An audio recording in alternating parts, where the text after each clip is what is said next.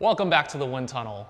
Now, over the last few videos, we've admittedly done a lot of drop bar testing, and so we decided to change it up a little bit and do a mountain bike test this time around. And another thing that's new is we have Jesse Frank, who just joined our team recently, and Jesse's been responsible for all the tests that have gone on in the wind tunnel. And as part of that, you've tested all of our pro athletes over the last year.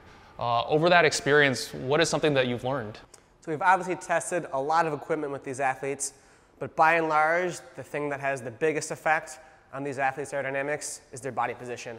Helping them get comfortable, but also aero in a position they can maintain the whole race, as obviously the rider has the most amount of drag that's going to be affected during the course of a ride. That makes a lot of sense. And so knowing that, in combination with the fact that Leadville is just around the corner, we decided to look at a few different cross-country race positions. And especially since a lot of you recently have been asking, hey, is that position where people are just holding the fork crown actually fast? And so that's one of the positions that we'll test out today. So Jesse, run us through what we're going to do for the test. Yep, of course. We're going to be using a Specialized Epic cross-country bike inside the tunnel. Nothing about that bike is going to change when we go through different positions.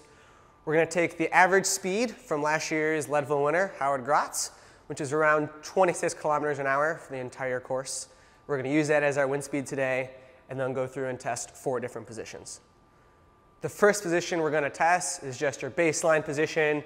You might be sitting, riding in a pack at the beginning of a race, just riding on a training day, hands out wide, hands on the brakes, nice and relaxed. The second position is going to be a crouch position with your hands same place over the brakes, but you're going to be crouched down a bit more, like you're chasing back a group, or you might be in a pack of 2 or 3 and putting out a good effort. Third is going to be that fork crown position that we've seen some athletes take. Might be a more aero, we're not sure, might be a little sketchy handling wise, but we'll take a look and see what we find. And lastly, we're going to go into a narrow tuck, where you place your hands still on the handlebars, so you have some control, but as close to the stem as possible and tuck super low. Great, let's see what's the fastest.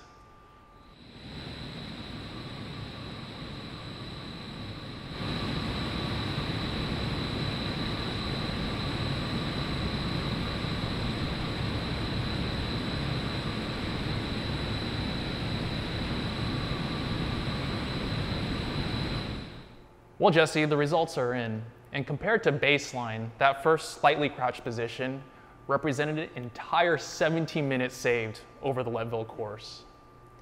Now, the next position that was more aggressive, where you were holding the fork crowns, that was faster and represented a 21-minute savings over Leadville.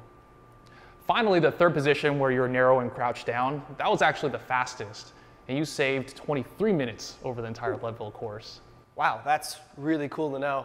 I definitely felt slightly more locked in and secure with my hands on the handlebar still and narrowly tucked than I did with my hands on the fork crown, so I'm pretty stoked to hear that. That's great.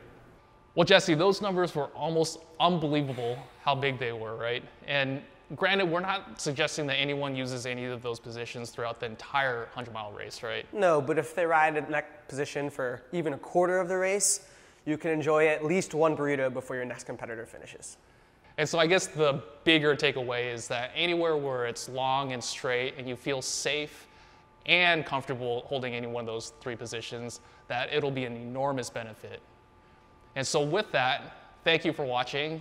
And as always, if you have any questions for us here in the wind tunnel, please just shoot them our way. Thanks.